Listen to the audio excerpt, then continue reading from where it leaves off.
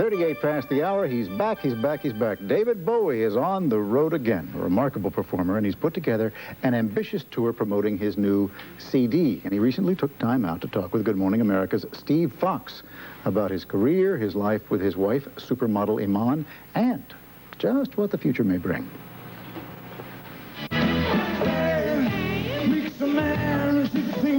David Bowie is a character.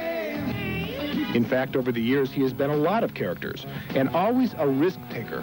Hello, Space Boy. That's why in his current tour, he is performing only all-new material from his recently released CD or obscure older songs.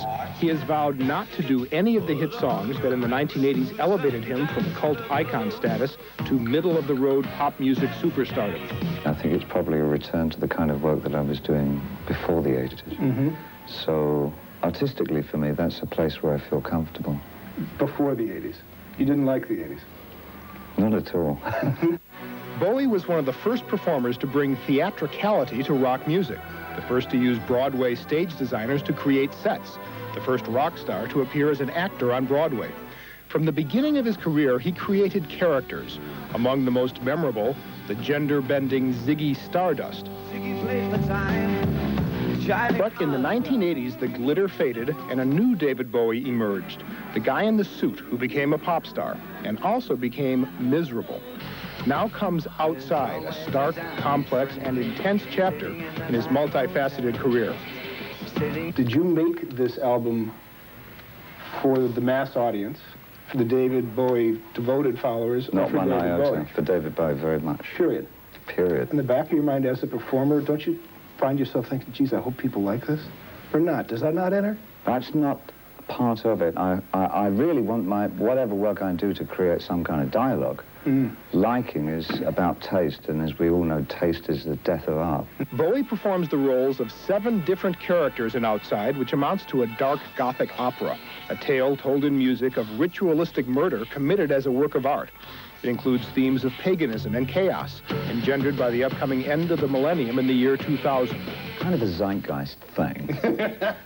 Gag. Well, who doesn't like that, really? Everyone likes a zeitgeist gag. I'm a sucker for it. Surprisingly, although the theme of Outside is gruesome and the music and lyrics sometimes bleak and disturbing,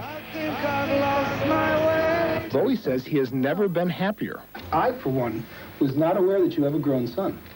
24-year-old son. Oh, extremely grown. 200 pounds of rugby-playing brutality.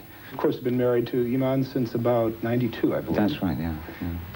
Are you thinking about having another kid?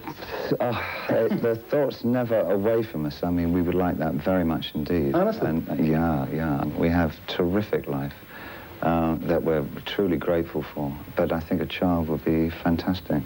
You're approaching 50. Yeah. And you are happy about it? I'm absolutely, yes, ecstatic. Tell me about that. I don't know. Fortunately, it's one of those things I couldn't explain to a younger person, and that is part of becoming older. Things are revealed to you that you would never have revealed to you at 20 or 30 or whatever. Is it, I mean, that you're happy with your marriage? Yeah. You're happy with your work or your life? Or what? It's an acceptance that each day can be a real joy to wake up to. Good point. Well, thanks to the miracle of Memorex, Steve Fox is right here in the studio with me now. He's really a remarkable guy. He's got so many different facets. You know, I was sort of apprehensive going into the interview because based on his public persona, the characters he performs, I thought he was going to be sort of aloof and distant, you know, almost perhaps condescendingly artistic or something. But he turned out to be really a terrific guy. So you were thinking maybe a tough interview? Oh, absolutely. I told my wife I'm a little scared about this. But he was open, he was warm, he was accessible. I mean, it was really one of those interviews where afterward you found yourself having had fun talking to him. And a really smart guy. I mean, Oh, yes. He's right on out there, isn't he? He's intellectually challenging because, you know, you're not going to slip anything past him. But he had a sense of humor about himself, which is what I really appreciated. Looks like a fascinating show. Steve Fox, thanks a lot. 42 past.